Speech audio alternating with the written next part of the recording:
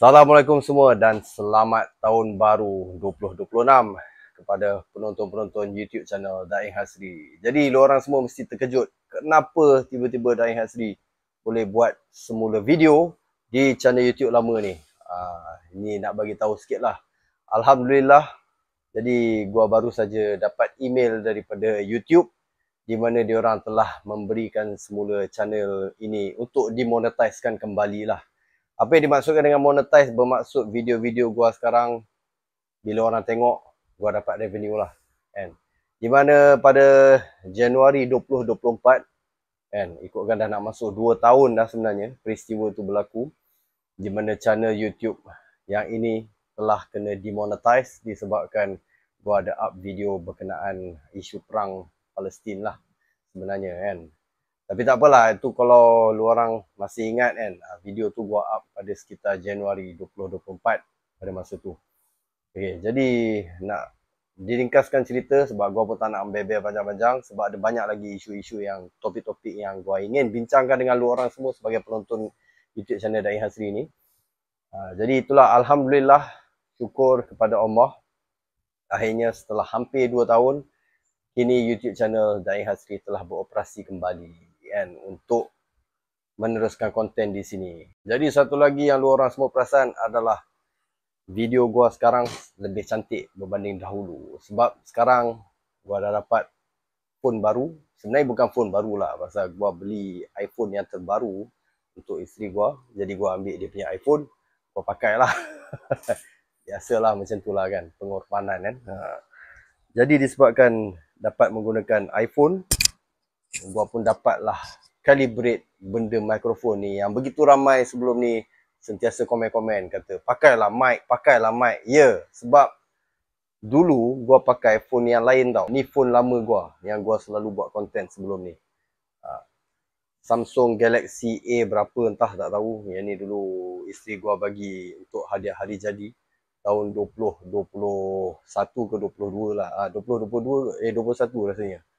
Jadi pada masa tu gunakan phone ni. Phone ni dia boleh dalam kategori, kan telefon dia ada flagship, lepas tu dia ada kategori pertengahan dan kategori budget. Jadi phone ni dalam kategori pertengahan. Jadi disebabkan kategori pertengahan ni banyak feature yang susah sedikit lah kalau kita nak calibrate kan. Jadi salah satu kelemahan dia adalah phone ini tak dapat nak calibrate dengan mikrofon. Jadi ramai yang tak percaya tau bila gua cakap. Gua dah cuba, gua pergi kat kedai untuk beli mikrofon dan cuba install mikrofon dengan phone tersebut, tak berfungsi, kan? Dia tak boleh nak calibrate. Kedai yang sama jugalah yang gua beli mikrofon ni, kan. Jadi tak tahulah, Apek tu mungkin dah tak ingat lah kot kan, masa gua try dengan dia kan, dekat 1 jam lah sebenarnya untuk phone ni. Masa tu gua cuba nak calibrate dengan mikrofon, memang dia tak boleh jalan, memang langsung tak boleh jalan. Jadi itulah, akhirnya dapat jugalah kita gunakan mikrofon untuk gua punya konten lah, kan. Tentu lu orang semua yang sentiasa komen-komen pakailah mic, happy lah sekarang kan, gua dah akhirnya dah ada mic lah kan.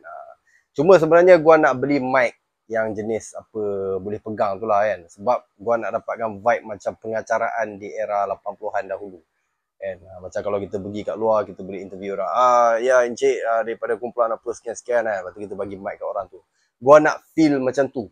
Tapi itulah, sekarang ni susah sebenarnya nak cari satu mikrofon yang boleh bawa dekat luar macam tu kan. Semua ada yang mikrofon tapi kena pakai kabel kan. Jadi kalau dekat luar kan, kita nak buat konten kat luar, nak bawa kabel macam mana kan, dia mestilah kena wireless kan. Tapi buat masa sekarang ni gua masih belum jumpa lagi mikrofon yang jenis macam tu yang boleh gunakan wireless kan. Mungkin insya-Allah nanti satu hari nanti kita dapat jumpa satu mikrofon yang jenis wireless punya. Lu orang tengok lah gua nak buat konten macam tu kan, pergi interview orang kat luar kan, bawa mikrofon macam ni, baru feel macam dulu-dulu kan. Jadi okey lah, kita dah melalut cerita pasal mikrofon ni kan. Tapi macam mana pun itu adalah salah satu pembaharuan untuk YouTube channel Daing Hasri lah. Terima kasih banyak lah kepada mereka yang follow rapat gua sehingga pergi ke channel YouTube yang gua telah buat untuk gantikan Daing Hasri punya YouTube channel lah. Iaitu yang mana channel ini pada masa tu gua telah tukar nama kepada channel berpindah, dan channel baru tu gua pakai nama Daing Hasri lah kan. Sebab sebenarnya gua nak tarik viewer-viewer daripada yang apa yang dikatakan channel berpindah ni pergi ke YouTube channel Dain Hasri yang baru. Tapi ia tak berapa berjaya lah kan. Sebab gua ada 32,000 subscriber dekat YouTube channel ini, yang mana dahulunya Dain Hasri, lepas tu jadi channel berpindah dan sekarang kembali menjadi Dain Hasri semula. Tapi bukan semua 32,000 ikut pergi ke channel baru tersebut lah. Jadi channel yang itu sekarang dia punya subscriber dia hampir 9,000 lah kan. Jadi kita boleh tengok lah, boleh kira sendiri berapa. Gua matematik tak berapa ingat, kena pakai kalkulator lah. 32,000 tolak 9,000 lah, berapa? Lebih kurang berapa belas ribu lah yang tak follow pergi ke YouTube channel baru tersebut. Tapi macam mana pun tak apa, sekarang lu orang semua tak perlu nak buat macam tu lagi, pasal YouTube channel berpindah ini akhirnya telah menjadi Dain Hasri semula. Jadi lu orang semua boleh stay tune kat sini. Okey, jadi disebabkan itu, sekarang ni senang cakap gua dah ada 2 channel yang running monetize. Kan? Tapi kita tak boleh buat kedua-duanya konten yang sama. Kan? Jadi ini adalah satu soalan yang gua nak tanya kepada lu orang semua penonton-penonton. Apa yang patut gua buat dekat YouTube channel yang lagi satu tu? Kan? Yang ini memang gua cadang nak kembalikan semula lah, ulasan rock kapak, apa terjah rockers dan sebagainya. Semua konten-konten yang berkaitan dengan rock kapak semua dan mungkin extreme metal juga akan diteruskan di YouTube channel Dain Hasri inilah seperti biasa. Kan? Tapi yang baru tu gua tak tahu gua nak buat apa. Takkan gua nak buat benda sama. Kan? Jadi lu orang semua mungkin boleh bagi cadangan, tinggalkan di ruangan komen. Kita tengok mana satu cadangan yang paling bernas untuk kita gunakan di YouTube channel baru tersebut. Kan? YouTube channel tersebut memang aktif dan dia telah berjalan seperti biasa sebagaimana YouTube channel Dain Hasri yang asal ini, di mana gua buat slot ulasan rock kapak setiap minggu satu minggu sekali keluar video baru kan. Yang paling latest adalah gua buat remix semula untuk ulasan rock kapak Utopia. Kemudian kita juga ada buat terjah rockers, di mana gua pergi ke Cafe Benafi, kan, tengok Iswau dengan Teddy UG14 punya persembahan amal diorang kan. Iswau tak ada lah kat situ, tapi diorang buat satu persembahan khas untuk kutip derma kepada Iswau dan juga Teddy UG14 lah, yang dikelolakan oleh Aris Ariwatan punya team lah, iaitu 3PM Music lah.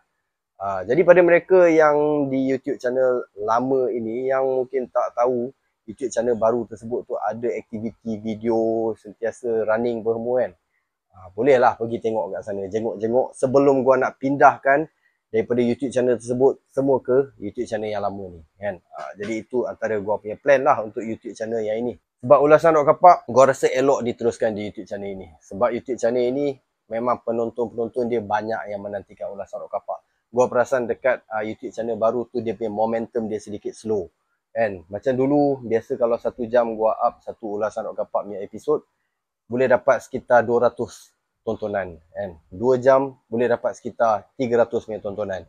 3 jam boleh dapat 400 punya tontonan dan sekian-sekian. Tapi dekat YouTube channel yang baru tersebut dia sedikit slow momentum dia. Mungkin ada orang yang memilih nak tengok kumpulan-kumpulan tertentu kan.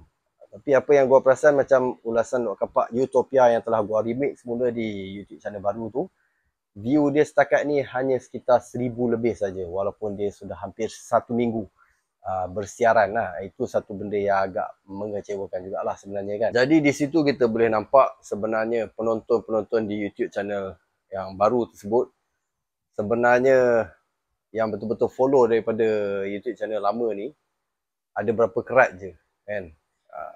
Tapi yang dekat baru tu kebanyakannya adalah penonton-penonton baru yang mungkin tak pernah tahu pasal kewujudan channel YouTube Dain Hasri lah kan.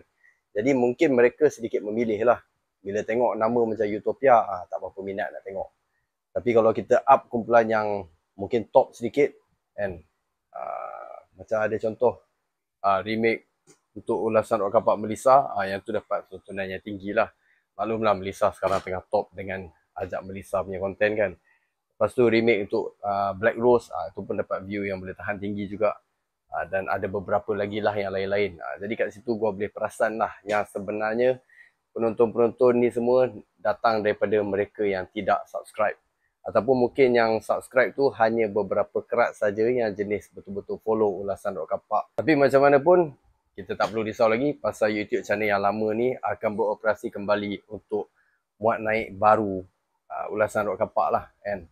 Begitu juga untuk remake-remake yang banyak sebenarnya gua memang plan nak buat, terutama sekali video-video ulasan Rock Kapak episod 30 ke bawah, di mana kebanyakannya banyak kekurangan lah, maklumat kurang tepat, video kurang cantik, editing kurang cantik apa semua kan antara dia.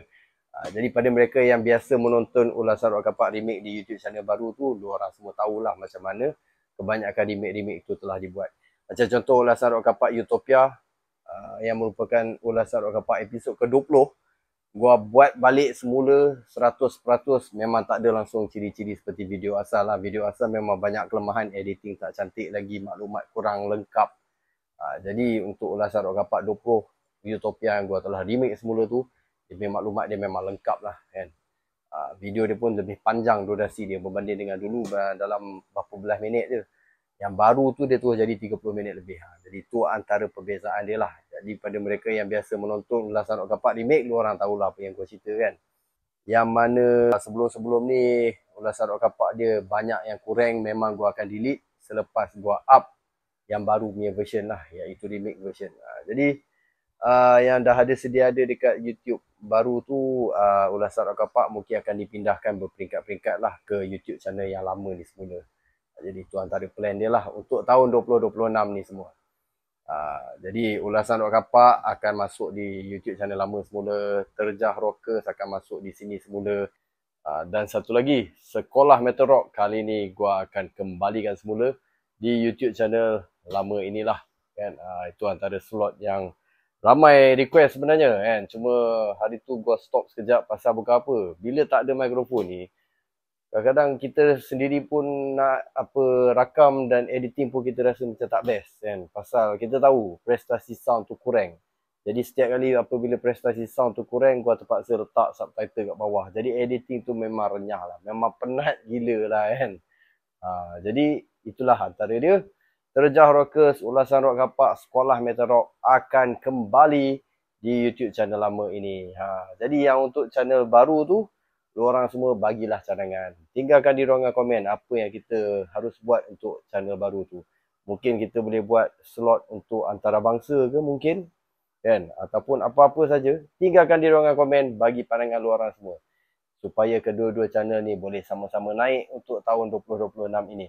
Jadi inilah antara berita yang gua nak sampaikan untuk tahun 2026 ini. Jadi selamat tahun baru buat anda semua. Semoga tahun ini rezeki yang lebih baik, kesihatan yang sangat baik buat kita semualah, penonton-penonton YouTube channel Daing Hasri. Assalamualaikum.